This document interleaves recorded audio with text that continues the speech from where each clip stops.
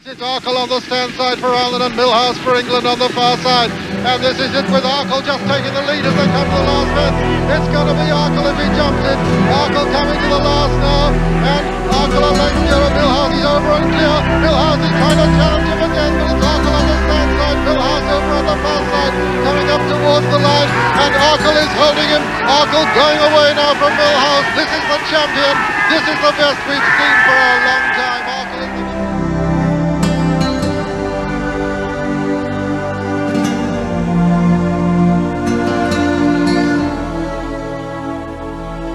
In the world of racing, Peter O'Sullivan's commentary on that final run-in the 1964 Cheltenham Gold Cup is as seminal and epoch-making as Kenneth Wolstenholme's poignant "They think it's all over, it is now" was to be at Wembley just a couple of years later.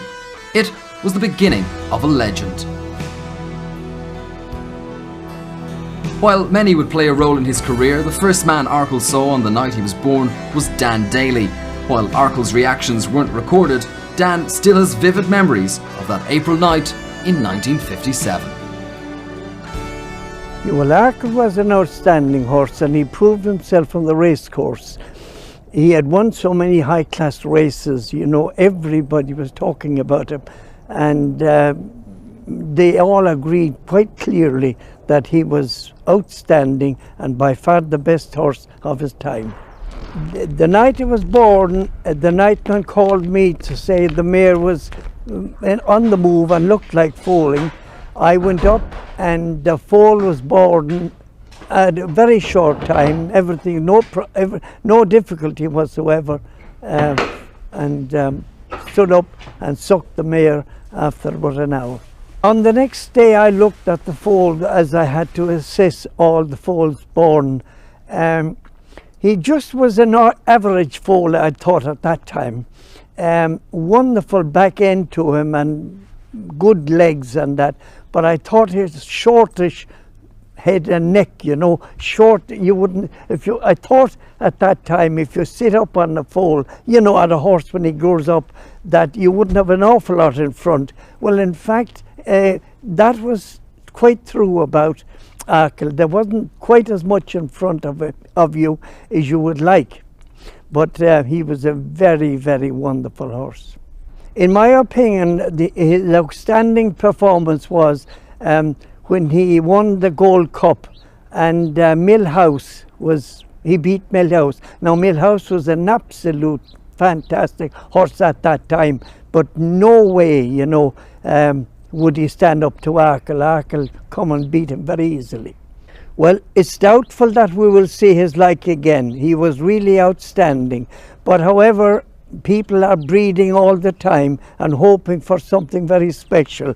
It's very rarely you come upon them, and you certainly may never again come upon one so wonderful as Arkle. The first time I saw Arkle was when he disembarked from the CIE horse box, when he came back from Ballymacall Stud with his mother. And my mother at that time was an invalid, so we led him down from the top yard down to the bottom yard so she could see out the window, and she was very pleased to see him.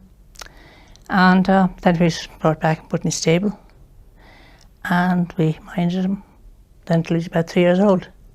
And when he came to be 3, then I started to break him. And the first day I put the tack on him, he tied himself in a knot. He bucked and kicked and did all sorts of things. He really did. And the second day, he was like a gentleman. Once he knew what he had to do, he didn't mind. He'd walk and do all he meant to do. As a 3-year-old, I had to prepare him for the August sales. I led him round, and he was sold and bought by Anne, Duchess of Westminster. And a very lucky horse he was to have such a very good owner who was most thoughtful to her horses, and to have such an excellent trainer. A very, very lucky horse. And perhaps he might never have turned out as well as he did, only for those 2 people. So he was sold that day anyhow. Mother wasn't able to go into the sales, but I came home and told her the news anyway, and she was pleased.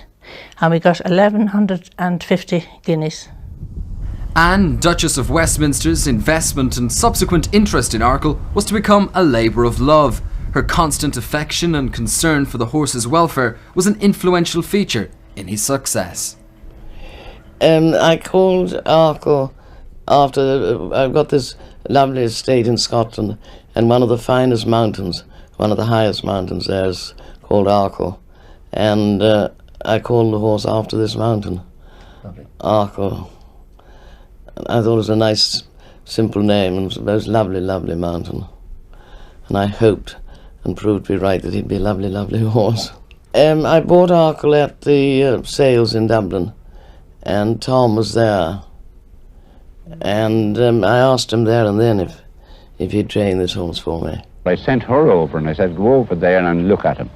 And if you like him, buy him. And don't blame me if he doesn't get 3 miles for you. So I had him home for a little while and then sent him to Tom. Tom had trained the dam, so he quite liked the bottom line, but he wasn't so keen about the rest of it. Anyway, he very kindly took him for me. We were tremendous friends, and Tom's wife, Betty, was one of my very best friends. And, you know, we really could talk about it and discuss it at great length. And I loved going there to the yard and seeing Arkle and seeing him working. And they were so kind and always made me very welcome. I rode him a lot.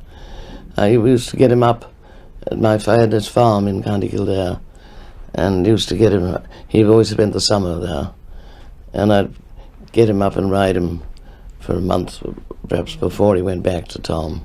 And I could ride him any time in the summer. I loved riding him. He really did look after me. I think I watched all his races. I suppose I might have been an odd one, that perhaps I was ill or something, but for no other reason. I wouldn't miss one. I wouldn't have missed one for anything, unless it was completely unavoidable. It was such happy days, there always were. Lovely things happening.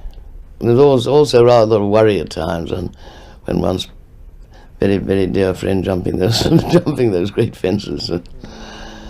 However, he didn't seem to mind. He enjoyed jumping them. And, I mean, it'd been marvellous if there was another horse as good, but so far there hasn't been. When, perhaps not changing the subject, but when he appeared at the Horse of the Year show in London, and they asked me what tune I'd like played while he was parading, and I said, could they play the tune There'll Never Be Another You? And I think I was right. And perhaps there never will be. But the Duchess also knew the tremendous amount of work and preparation that was needed if the great horse was to realise his potential. Another constant companion throughout Arkle's career was Paddy Woods. Actually, this reminds me of years ago when I used to come back out here every morning out of the saddle room there, come out with our saddle into number 7 here to ride out Arkle. Suppose if we knew what we knew now, we would have been scared of our life, but we passed. He was just another horse that time, but he was an exceptional horse.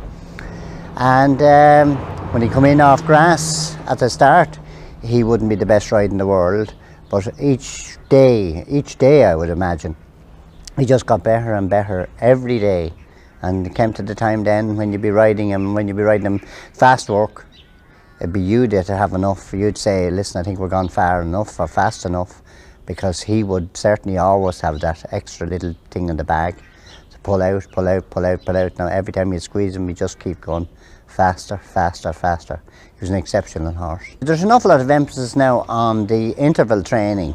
Like an awful lot of the trainers now are talking about how they discovered it. When Mr. Draper discovered that 35 years ago, when I came to work here for Mr. Moore in Ferry House, I came to work here, and the first morning I was here, he was telling us about to go down to the bottom of the gallop and come back up about 4 furlongs, trot back down, 4 furlongs back up, trot down, back 4 furlongs up. And then he had discovered that 35 years ago, and now some people are thinking it's new. You know, he was a man, he was years before his time. What about your training methods? I have none. Have you got I got no education. Have you got a rule? Do you stick to?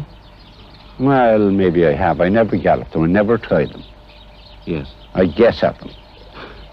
And none of my patrons bet, so you don't have to be galloping. What about schooling them? Do you school them? Oh, I schooled them plenty. Over fences as young horses? Yeah, well, smaller ones first. And I always like to jump them over the small fences before they know how to gallop. And Arkle just improved with all that all the time. But most of the other very, very good horses, we had marvellous horses there in the yard. Marvellous horses. And they all seemed to benefit from his, and he never got his training methods, and he never got flustered. He was always on his ease. The horses seemed to be on their ease with him. And he was just one fantastic man. And it was just the usual thing for anyone, as you'd say, that wouldn't understand. A lot of people used to keep horses out for hours and a half and 2 hours and do tremendous big long training. The most I think we were ever out, be a long morning, be a half an hour. At the time we didn't realise, I suppose, he's an exceptional heart. I think he had a very, very big heart, and obviously with Mr. Draper's training, it made him unbeatable at the time, and he was an exceptional horse. His record still stands at Sandown Park by a long way. No one ever got near it yet, and that just gives the people an idea how good a horse he was. The records to stand at that long with all the new methods of training that they think they have now, but we had that 35 years ago here, you know. And he was just an exceptional horse. I don't think you could say any more about him. Only he was unbeatable. I shall never forget Arkle. The first time I really remember him was riding against him in the Broadway novice chase at Cheltenham, and three of us jumped the second last upsides. Pat Tuff and Arkle, Jeff King on John's Viking. I rode Border Flight, and I finished third and thought I'd done everything right, and finished up getting the sack because I got beaten by Arkle. But the man who would know more than most about what it was like to be among the also-rans to Arkle was the great Willie Robinson, jockey of Arkle's great rival, Mill House. Pat Taff wrote to me a letter when I had been in Saxon House for a month, inquiring about Mill House, as he had a lot to do with him here in Ireland. And at the end of his letter, he said that in his opinion the horse would be the best of the century. The 1963 Hennessy Gold Cup at Newbury heralded the beginning of one of the greatest rivalries in the history of sport. Arkle crossed the Irish Sea to take on the reigning Cheltenham Gold Cup winner Mill House. It was less than 2 years since Arkle had first set foot in a racecourse, and after a modest enough beginning, he had blossomed into a potential star. His most significant win to date had come in the Broadway Chase at the Cheltenham Festival the previous March, and a career record of 11 wins from 15 starts suggested that he could mount a serious challenge to the great Mill House. When we met in Newbury for the Hennessy in 1963, there was tremendous interest in both horses, and so much word came from Ireland that Arkle was unbeatable and so on, and Mill House was one of the best ever in England. So you can imagine the excitement there was at Newbury that day. This is the third last fence, the last open ditch. It's Mill House from Arkle. Mill House and Arkle almost together there, but Arkle a bad mistake, and Arkle's almost blundered his way out of the race there as Mill House comes to the second last fence. The clear leader. Unfortunately for Arkle, he slipped on landing over the third last, and I won terribly easy and very impressive. And we all thought, including Mr. Walwyn, that he was the best horse he'd ever trained. Happy Spring is going to jump in second. Arkle jumps in third, and coming up towards the line, it's Mill House, the great champion, retaining his reputation. Willie Robinson on Mill House with 50 yards to run to the line, and hats off from the crowd as they cheer a great champion as he runs up to the line. Mill House and Arkle coming to try and get second place off Happy Spring at the line. Mill House is the winner, Happy Spring is second, and Arkle is third. This is the third last fence, the last open ditch. It's Mill House from Arkle. Mill House and Arkle almost together there, but Arkle a bad mistake, and Arkle's almost blundered his way out of the race there as Mill House. The big question for Arkle fans after the 63 Hennessy was just what impact that mistake at the third last had. Would Arkle have beaten the mighty Mill House without that error? I don't know. I think he put his foot in the hole, but he slipped up at the third last fence, and I think he would have beaten Millhouse that day. 2 or 3 months before Cheltenham, there was tremendous interest and excitement over the Gold Cup, because it would be the next time that both horses were going to take each other on, and the excitement was doubled, and I can well remember that, we were all very tense at least a month before Cheltenham, and even the atmosphere in Saxon House was something that was unforgettable. Well, I always thought after that Hennessy that if ever they meet again, Arkle is the best horse. Well, my great pal Willie Robinson thought otherwise. He just said, no, you won't beat me this year. It was to become one of the most anticipated races in National Hunt history. It may have been a Gold Cup, there may have been other runners, but this was looked upon as a match between Arkle and Millhouse, a showdown between Ireland and England. And it's the big two now. It's Millhouse, the leader from Arkle. Arkle making ground on the far side at the third last fence. Millhouse is over the leader from Arkle second. They've got 2 fences left to jump now in the Gold Cup, with Millhouse the leader from Arkle, and a long way back is Parcel, then King's Nephew. This is the second last fence, and they're still both full of running, still going great guns, both of them. It's Millhouse on the inside, jumps it only just ahead of Arkle. Now they're rounding the home turn, and this is it. And Willie Robinson's got his whip out, and Pat Taff is shaking up Arkle, and this is the race now to the last fence. It's Arkle on the stand side for Ireland and Millhouse for England on the far side, and this is it with Arkle just taking the lead as they come to the last fence. It's going to be Arkle if he jumps it. Arkle coming to the last now, and Arkle a length clear of Millhouse. He's over and clear. Millhouse is trying to challenge him again, but it's Arkle on the stand side, Millhouse over on the far side, coming up towards the line, and Arkle is holding him. Arkle going away now from Millhouse. This is the champion. This is the best we've seen for a long time. Arkle is the winner of the Gold Cup. Millhouse is second, and I've never heard such cheers from the stands at Cheltenham as Arkle proves himself the champion chaser in the British Isles. Trying to challenge him again, but it's Arkle on the stand side. That great matchup in 1964 will live long in the memory. It became one of the great racing moments, if not one of the great sporting moments of the 20th century. Arkle had proved that his brilliance was beyond question. Towards the line, and Arkle is holding him. Arkle going away now from Millhouse. This is the champion. This is the best we've seen for a long time. Arkle is the winner of the Gold Cup. Millhouse is second, and I've never heard such cheers from the stands at Cheltenham as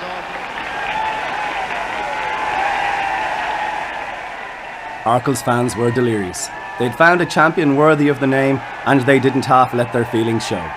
This time, it was the Millhouse camp who had to come to terms with defeat. After the Gold Cup in '64, what we were the immediate reaction was depression. We were absolutely dumbfounded that we more or less got beaten without a proper fight. But Fulk Wolman was absolutely amazed. He couldn't understand how Arkle could improve so much. But as we know, he did. But amazingly, for such a great athlete and a ferocious competitor, away from the racing arena, Arkle was the most gentle of playmates. In a scene unthinkable by today's standards, visiting children were welcome to see Pat Taff's vantage point on board the Great Mount. The prestigious spring show at the RDS in Dublin showcases species of all shapes and sizes, with some deporting themselves much better than others.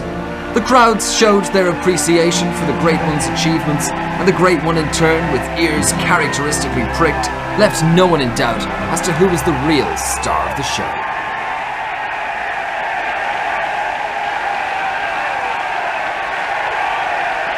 But he was actually human. You know, he understood everything, and actually the first time he went to Ascot, the only time he was there, when he walked out on the track, he stood. He wasn't actually stopping, he just stood. And General Doney just asked me, what's wrong with him? Well, I said, well, he's never been here before. He just wants to have a look around. Well, they say, Pat, that before a race, if you looked at him in the stable, that he was just a listless horse. That when he came into the parade ring, that he pricked up the ears and looked around and said, here I am.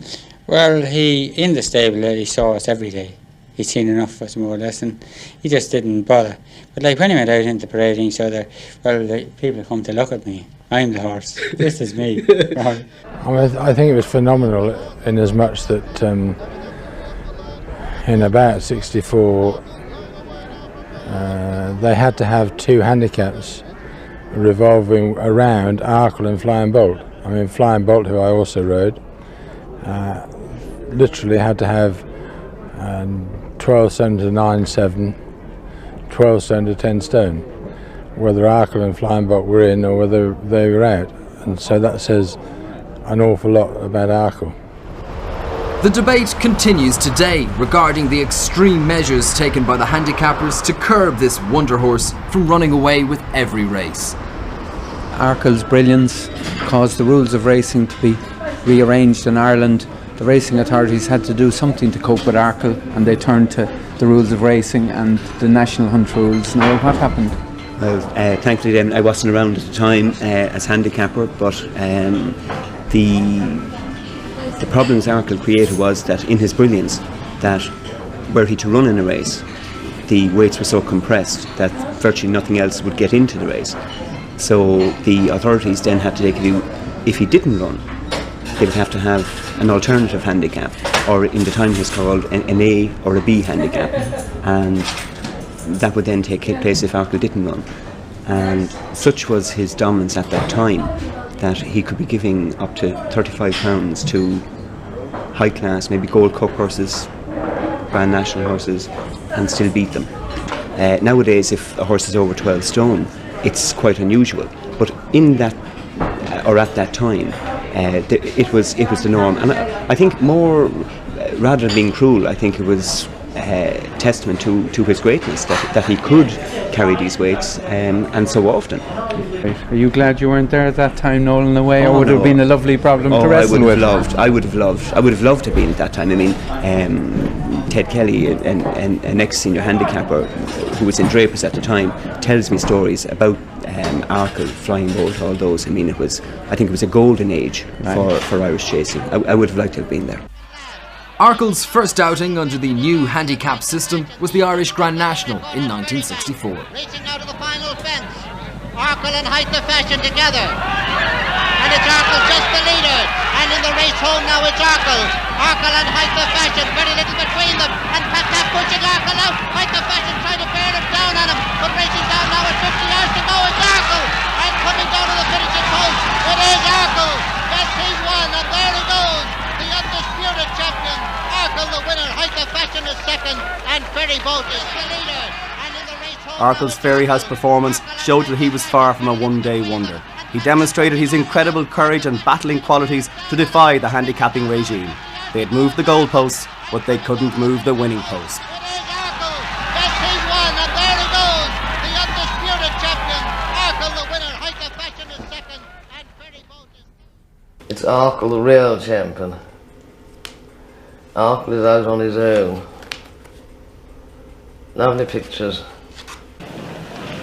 Arkle, the leader from Millhouse, with Ferryboat closing a little on the two. Arkle from Millhouse in second place, Ferryboat third, and Ferryboat going well. Ferryboat, in fact, going up to challenge Millhouse now and to move into second place as they round the home turn with 4 to jump in the 1964 Hennessy. And it's the two Irish horses now, with Pat Taff looking anxiously over his right shoulder to see Buck Jones on Ferryboat coming to challenge him as they come to the fourth last fence now. Arkle, the leader from Ferryboat, with Millhouse looking beaten now. 4 to jump, and it's Arkle the leader from Ferryboat. Millhouse jumps in third, and these three are a long way clear of the remainder. They have them completely outclassed. The Rippers jumped it in fourth place. This is the final open ditch now. Arkle from Ferryboat. Arkle on the far side. The leader from Ferryboat jumps in second. Millhouse towering, jumps in third, and he tired and very nearly came down there, Millhouse. This is the second last fence now, and as they come to it, Arkle is the leader from Ferryboat, Millhouse third, Arkle over, and he wasn't 2 foot perfect at that one, but he's well clear of Ferryboat.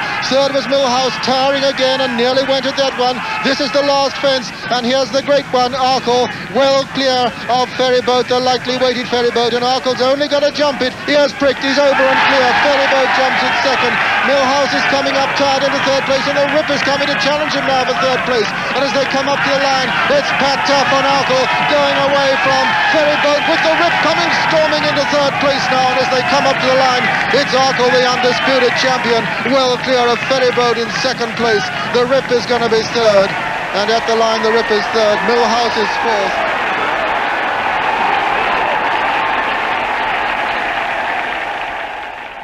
Arkle's run in the 64 Hennessy confirmed his win under a big burden at Fairyhouse had been no fluke.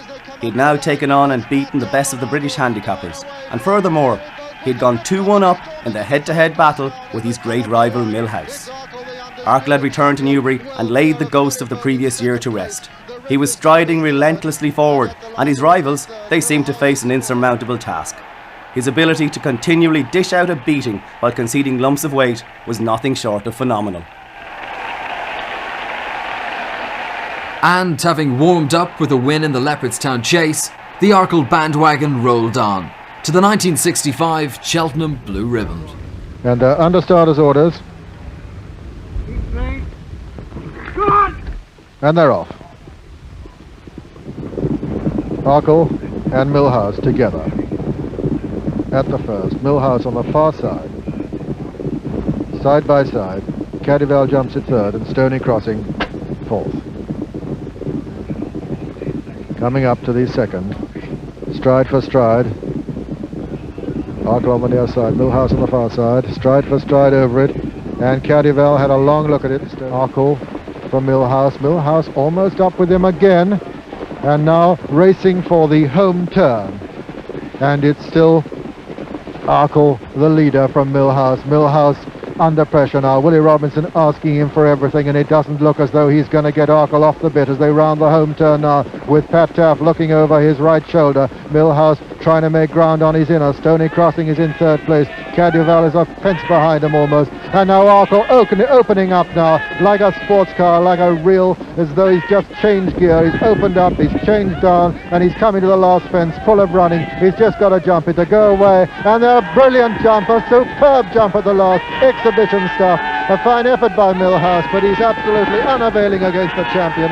Here's the greatest going away to the line. Pat Taff riding him out. The horse really enjoying himself. He's given a great exhibition performance this afternoon. This is his second successive Gold Cup. And he's coming to the last fence full of running. Arkle's 1965 Gold Cup win was almost ruthless in its brilliance. Millhouse trailed in his wake some 20 lengths back, and it now looked as though he was fighting a losing battle. The precision of Arkle's exhibition was matched only by the ease with which he accomplished it, and at level weights in championship events the opposition were just treading water. The Duchess led her hero back to yet another roaring reception from his adoring fans. Without fear of contradiction, no horse had ever looked nearer the complete, final, flawless racehorse than Arkle. Would succeeding generations ever produce a champion to match him? Increasing his lead. He's up by a length. He's up by a length and a half, and it's Lescargo going away from Frenchtown. Spanish steps his third of the line. Lescargo. I'll never forget getting down to the start in the Gloucester hurdle with Lescargo aged about 5, and Terry Biddlecombe and I said to Tommy Carberry, "What are you going to do?" He said, "Chase us, I'll make it." He said, "Don't chase us because we're going to be going too quick." Well, that's the last we saw of Tommy and Lescargo. He trotted up. Everybody forgets about Lescargo. He finished 5th in the champion hurdle the next year. He went on and won a World's final at Haydock, 2 Gold Cups, Grand National, and I've still got the blinkers that he wore in the Grand National because they were mine. The Colonial Cup. He was very much a forgotten horse. In my opinion, he was one of the greats.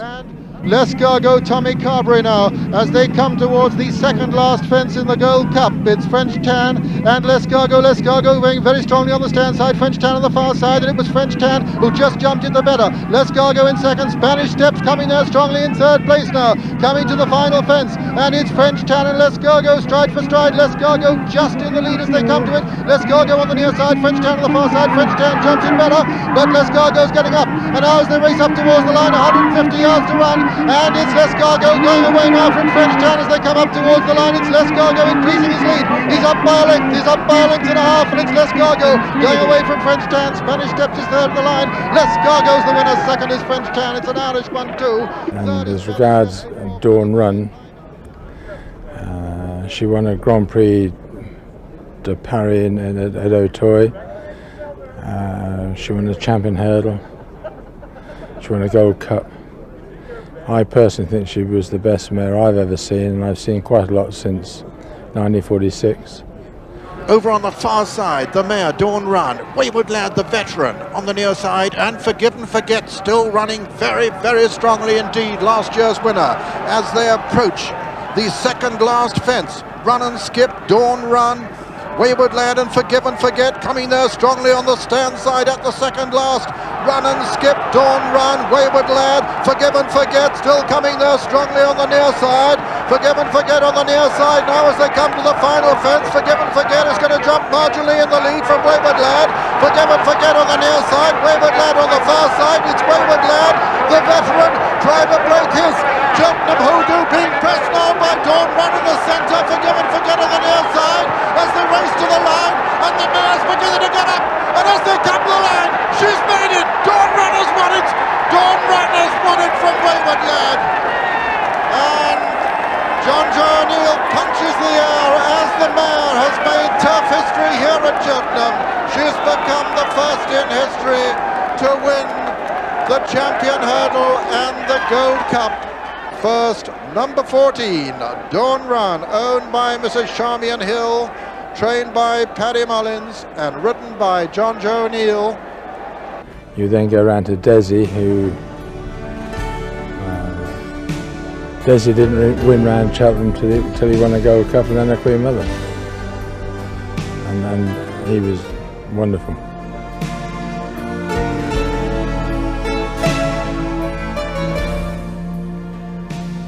Despite the best efforts of succeeding generations, Arkle's legend remains unsurpassed. He added the Whitbread Gold Cup to his impressive list of honours at Sandown in 1965. And they're off. And as they come up to the first of the 24 fences, Persian Signal is the leader from Overcourt, and Arkle coming into this first fence now. And a great jump there by Arkle. He went into the fence third and he came out first. And now the second fence is the first open ditch, and Arkle, I can't believe that his jockey wants him to be there, but he is just in front of Persian Signal and Brasher over on the inside, Overcourt on this side, and another huge jump over the second open ditch by Arkle, and pulling very, very hard for his head there. That Taff holding Arkle in for all he's worth, but I should think longing for somebody to go on and make the running for him. He's a hard puller, this horse. We've always known that. Now they're coming to the third fence. This is slightly downhill and into the fence now, and a great jump. He stood well away from it. They're all over and going round the bottom turn there now. Arkle leads by 4 or 5 lengths. Now we have the first of the 3 fences come close together, and oh my goodness gracious me, that was no expert jump. He reached for that, and it looked quite dangerous for a moment, Arkle, but he met that one perfectly. Nothing wrong there. Leading from Brasher, and I think he's settled down nicely now. Looks to me as if he's racing much more steadily. And with 7 more fences to jump, the water jump and 6 plain fences, it's Arkle and Brasher together, followed by Rough Tweed, and those 3 have drawn away from the field a bit now as they go to the water for the last time. And Brasher landed just a fraction in front of Arkle there. And he's going very, very easily too, is Brasher, with Rough Tweed right on their heels into the next fence. Brasher a little close to that, he jumped it quite well. Arkle jumped up to him again though, and shows a fraction in front as they go to the last one on that far side. Now they've 3 more fences to jump and about 3/4 of a mile to go, and it's Arkle who's gone on again. Arkle who's gone on again now from Braysher, and those two have drawn right away from Willow King, who's taken 3rd place in front of Rough Tweed and Persian Signal. 3 fences to go, and Arkle has really turned on the speed again there. Just for a moment it looked as if Braysher was going pretty well with him on the far side, but Arkle has turned on the speed again and put just about a length and a half between them. But Braysher's by no means beaten. He's coming up there again on the outside. Arkle and Braysher coming into the 3rd last fence now. Arkle over and only just clear of Braysher. There's nothing between the two, but there's a lot of weight to give away. And Braysher, jockey, has a quick look over his shoulder to see where the others are. As they come into the 2nd last fence now, it's Arkle from Braysher with Willow King in 3rd place. Over the 2nd last, it's Arkle from Braysher. Willow King jumps 3rd, followed by Rough Tweed. Up the hill now, 1 fence to go, and Arkle has put about 3 lengths between himself and Braysher as they come to the last fence. Arkle coming into the last fence now, and a great jump over it, followed by Braysher. And this is a real champion we're seeing here now. He's galloping on strongly with 150 yards to go. It's Arkle going away from Braysher in 2nd place, Willow King 3rd, and Rough Tweed 4th, coming up to the line, and it's Arkle the winner. Braysher 2nd. The first of the 3 fences come close together, and oh my That error from Arkle almost smacked of complacency, but he was quickly back on an even keel, and he continued on his merry way at the head of affairs. By the time he got to the business end of the race, he had matters firmly under control. He saw off Scottish national winner Braysher, ridden by Jimmy Fitzgerald, in emphatic fashion. Arkle's class was just too much to handle, and even in receipt of £35, Braysher had no answer to his finishing kick. By the time the 1965 Gallagher Gold Cup came around, Arkle was conceding £16 to his great rival Mill House. This was the race where Arkle produced what many consider to be his greatest ever performance. David Nicholson was on board Mill House that afternoon. I'll never forget the Gallagher Gold Cup in November of that year, and I rode Mill House, and Foot Warren said, jump off, make it. 2nd time down the backside, make every post a winning post. And I saw 7 long ones, and Millhouse saw 7 long ones. I got a length at every fence, and I thought, well, if that hasn't stuffed Arkle, I wouldn't know what will. And we landed over the last one, halfway around the last turn towards the 3rd last, and Patty Taff came bumpity bump past me.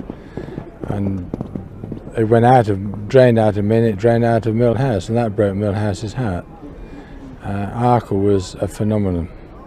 3 weeks later, Arkle continued his amazing run in the 1965 Hennessy Gold Cup. This is the 2nd last fence now. Arkle clear, jumps it impeccably as though this was the 1st fence he jumped during the race. Brasher jumps it 2nd, Wayward Queen jumps it 3rd, just ahead of Freddie. Coming up towards the final fence now in the 1965 Hennessy Gold Cup, and it's Arkle well clear. As he ears pricks, he jumps it and goes striding away, getting a tremendous reception from the crowd here. Brasher jumps it 2nd, Wayward Queen jumps it 3rd, just ahead of Freddie, and as they race up towards the line, it's Arkle striding away well clear of Brasher in 2nd place. Then comes Freddie and Wayward Queen, and at the line, Arkle 12 stone 7 on his back. That 1965 Hennessy win was yet another colossal effort from Arkle. Coming just 3 weeks after his awesome display in that Gallagher Gold Cup at Sandown Park, he carried 12 stone 7 as he recorded his 2nd Hennessy win and the 23rd of his career in all.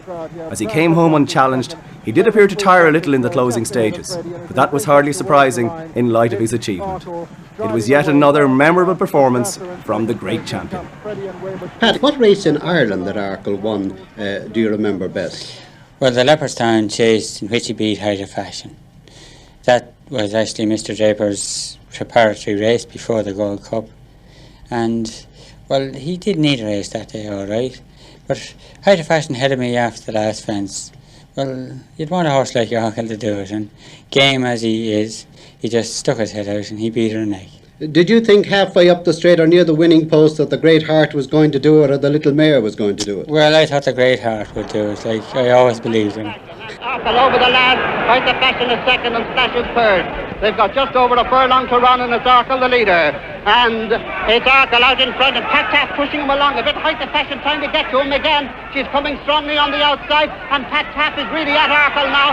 They've got less than a furlong to run, and Arkle is holding on, but Height of Fashion is coming after him. He's 50 yards to run. It's Arkle just going to hold on, or is he? Height of Fashion coming after him, and passing the post is Arkle by just there, by about a half a length or so. He's given the 3 stone, but what a struggle, and what an ovation. Height of Fashion was no back number, but even getting 3 stone from Arkle, she couldn't quite get his measure. That great heart had prevailed yet again, and Tom Draper's star performer added the 1966 Leopardstown Chase to his wins in the same race in the previous 2 seasons. This was to be Arkle's last race in Ireland, where he was unbeaten in his 10 runs over fences, and it set him up perfectly for his hat-trick attempt in the Cheltenham Gold Cup. That was to come just over 2 weeks later, when, in a heart-stopping moment, the headlines weren't the only thing he hit. As he comes up to the next, Dorman second, Snago third, Sartorius and then Hunch. Another complete circuit. Oh, and he barely took off at that one. He just looked at it and ignored it, and how he got the other side. Well, you should have heard the gasp from the crowd here. It looked as though he wasn't going to jump at all. Arkle rounding the home turn, a great roar from the crowd now as they see him level up. Absolutely effortless he is at the moment. Surely he's not going to take any chances with this one as he did before. No, he jumps it like a champion, roars from the crowd as he goes away. Dorman's jumping it second, Snago's jumping it third, and there's Arkle striding up to the line, the runaway winner of his 3rd successive Gold Cup, being chased vainly but gamely into 2nd place by Dormant, with Snago just hanging on to be 3rd. That mistake from Arkle on the first circuit really was extraordinary. We had seen something similar, of course, in the 65 Whitbread at Sandown, but the reverse angle shot shows how perilously close he was to dashing the dreams of a nation.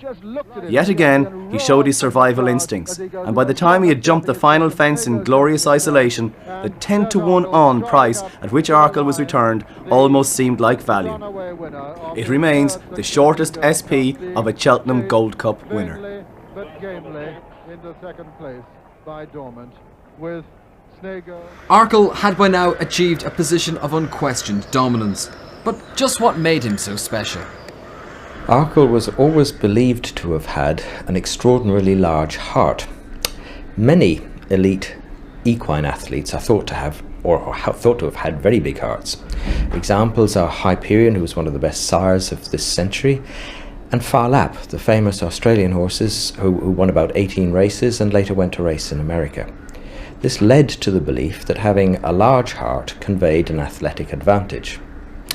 As a result, people started trying to predict athletic ability from assessments of heart size. This is a diagrammatic illustration of an equine heart. An electrical impulse which arrives at the top of the heart is relayed through to the middle of it, and then through a nerve system through the muscle of the heart. And it is the firing of these nervous impulses that results in the contraction of the heart. These nervous impulses are examined using an electrocardiograph in horses as they are in man. And the idea is that larger hearts require a longer duration of electrical stimulation to contract than smaller hearts do. And if we take, for example, more modern technology using ultrasound devices, it's possible to beam ultrasound into the heart and to measure wall thickness and to extrapolate from that into the total weight of the heart, and to relate that, if you like, to the total weight of the horse, so that you have a heart weight to body weight ratio. And those ultrasound studies have been carried out by Hester McAllister of the Faculty of Veterinary Medicine in UCD. These studies illustrated that heart size is not sufficiently strong as a predictor of future performance to use as a selection criterion at sales or anywhere else. Yes, there is a relationship between a big heart and ability to perform well, but it's only one of the determinants of performance ability. And to take a yearling and to attempt to predict what will happen 2 years down the line, given the possibility of intercurrent disease or injury or temperament or lack of ability, is to stretch credibility too far. It's a little bit like the medieval belief that you could turn base metal into gold. In my life of working with horses, I've always thought that the really good ones are like masterpieces. They're like the most wonderful paintings that are created by Caravaggio or Michelangelo or Leonardo da Vinci. They come along rarely, and that's what makes them so very special. And if you're lucky, you might see one or two of them in a lifetime, and you're one of the privileged few who's witnessed a masterpiece. Arkle's battle with the handicapper continued in the 1966 Hennessy Gold Cup. Now with Arkle the leader from Kilsborough Wood. Arkle the leader. And he's opened up a gap there of about 2.5 lengths over Kilsborough Wood in second place. Then Stallbridge Colonist, then Master Mascus is still going well. Then Freddie and then What a Myth. And now levelling up for the home turn and the home stretch now, and Arkle the leader being pressed now by Kilsborough Wood, who's going very strongly. Johnny Hayne coming there to tackle Pat Taff, and it's Arkle the leader from Kilsborough Wood. There's 35 pounds in it between these two. Arkle is over from Kilsborough Wood over second. Stallbridge Colonist is over third. Pat Taff a look over his right shoulder there as he comes to the last open ditch. This is number 19 of the 21 fences, and it's Arkle the leader from Kilsborough Wood. Second, Stallbridge Colonist is third. Then comes What a Myth now in fourth place. Coming to the next now with Arkle the leader. Then Kilsborough Wood, then Stallbridge Colonist. What a Myth trying to get on terms with them. This is the next end. Arkle over from Stallbridge Colonist now moving into second place, and now they're coming up to the last fence now, and it's Arkle the leader, and a great crowd at the fence there waiting to part as he comes to jump it. Arkle 12 stone 7 the leader from Stallbridge Colonist. Arkle comes to it and he jumps it here as Stallbridge Colonist second, but Stallbridge Colonist putting in a great challenge, and it's Stallbridge Colonist on the stand side, Arkle on the far side. Here's where the weight is going to tell, and it's Stallbridge Colonist going away from Arkle now as they battle up to the line. Arkle is going to be beaten. It's Stallbridge Colonist from Arkle, and What a Myth putting in a great finish, but Stallbridge Colonist is the winner at the line. Arkle is second, third is What a Myth, fourth is Kilsborough Wood, fifth is Master Mascus, and sixth is Freddie. And so the result of the 1966 Hennessy Gold Cup is first, number 6, Stallbridge Colonist, owned by Mr. R.J. Blindle, trained by Ken Cundall, ridden by Stan Mellor. Second, number 1, Arkle, owned by Anne Duchess of Westminster, trained in Ireland by Tom Draper, ridden by Pat Taff. Many felt that this Hennessy defeat meant that the handicapper had finally got the better of Arkle. But to be fair, most of the credit must go to Stan Mellor, the rider of Stallbridge Colonist.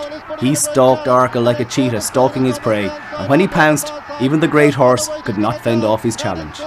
One of the finest horsemen of his generation, Mellor produced what is regarded as the best riding performance of his career, to win by half a length. Even though he was beaten, Arkle lost nothing in defeat. The magnitude of his performance is put into context when you consider he was trying to concede 35 pounds to a horse who was to be narrowly beaten in the next 2 Cheltenham Gold Cups. Of course, the honours to the great horse we're looking at now. 35 pounds he was trying to concede on his first appearance of the season. A magnificent, noble effort, just beaten by the handicapper, and who could say that he looks distressed after that failure. Walking in fresh,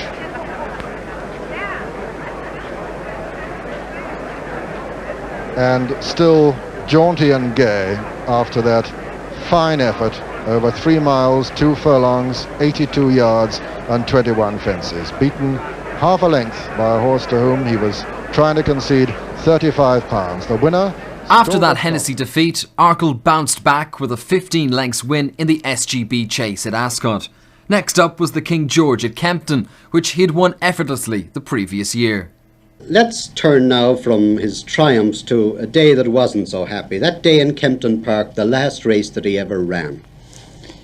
Well, it was the King George. He'd won it the previous year, and as you know, there wasn't much opposition. But he had won at Ascot 10 days before, and he jumped the last 2 fences slightly to the left at Ascot. But that's not awkward. He generally jumped very straight. At Kempton that day, the second fence, which is the regulation, he sprawled a little bit when he landed, and I thought, well, maybe he did it there. But he started to hang slightly from that on the whole way around in the race. But then at the eventful 7th last fence, as it's called now, really just galloped through it. Maybe it happened there. but he was hanging the whole time through the race, and actually at the second last fence, Woodland Venture came up to me and he fell. But then when I jumped the last, which was probably 10 lengths in front, but I knew he was being the ease over to the stand all the time. And but jumping the last, Pat, you seem to have the race won, even though he was injured. I thought so, but then I thought, like, there's something wrong. He's not galloping straight, and, well, hope for the best. Dormant only came to me 100 yards in the post, and still he beats me a length and a half. In other words, you were going backwards more than he was going forward. Well, I was kind of backpedaling, I thought, from the last fence. Arkle finished very lame, and on subsequent veterinary examination, he was found to have cracked the pedal bone in his off-fore hoof. The injury that Arkle sustained in that great race at Kempton was to his pedal bone, and this is the pedal bone, which is the bone that's enclosed fully within the hoof of the horse. So if we look here, we can see the horny hoof, and the pedal bone inside here is the bone that he unfortunately fractured during that race. Now, we don't know how this injury occurred. It's usually caused by concussion on hard ground. So the pressure of the horse landing perhaps over a fence may have cracked the bone, and what we call the wing of the pedal bone was fractured right through to the joint. And this is what ultimately caused the end of his career, and possibly even the end of his life. This kind of injury can lead to arthritis within the joint inside the hoof, and probably was the ultimate cause of his demise. Nowadays, it could still be a career-threatening injury for an athlete such as this, but an attempt would almost certainly have been made to repair such an injury, probably by means of a screw fixation, which we can see in the X-ray. However, in a heavy 1,000-pound horse racing at such speeds over large fences, it could still, in fact, spell the end of his career. We don't know what stage in the race this occurred. Probably occurred landing over one of the fences. And the fact that he managed to finish the race was a tribute to him in itself, and the fact that in fact he almost managed to win the race with a severe fracture to his foot was a tribute to the great horse. After 5 weeks in Kempton being looked after by vets, Arkle boarded the plane for home. He spent a period of convalescence at the Duchess's estate before returning to Tom Draper's yard in October 1967. Speculation ebbed and flowed regarding a possible comeback for the great horse. Mrs. Draper, what's your latest reaction to your report on Arkle? Well, we are sorry that he's not fit to put into training straight away now, but we knew there was this possibility, and we must just have patience. And in a couple of months, when they take another X-ray, perhaps he'll be ready then to do more. But he certainly won't race this season. Perhaps next season, we don't know. Well, what do you think of the chances of a complete recovery? Oh, 50-50. But the comeback wasn't to be, as Arkle never really regained his old spark, and in 1968 he was formally retired. Arkle made numerous celebrity appearances, but the onset of arthritis was taking its toll. In May 1970, Pat Taff went to visit his old partner, and on seeing him in distress, realised that there was only one option. The Duchess travelled from England to see her pride and joy one last time, and on May the 31st, 1970, Arkle was put to sleep. Arkle's legacy lives on, and in recognition of his magnificent feats at Cheltenham, the racecourse erected a statue in his honour which stands proudly in the enclosure.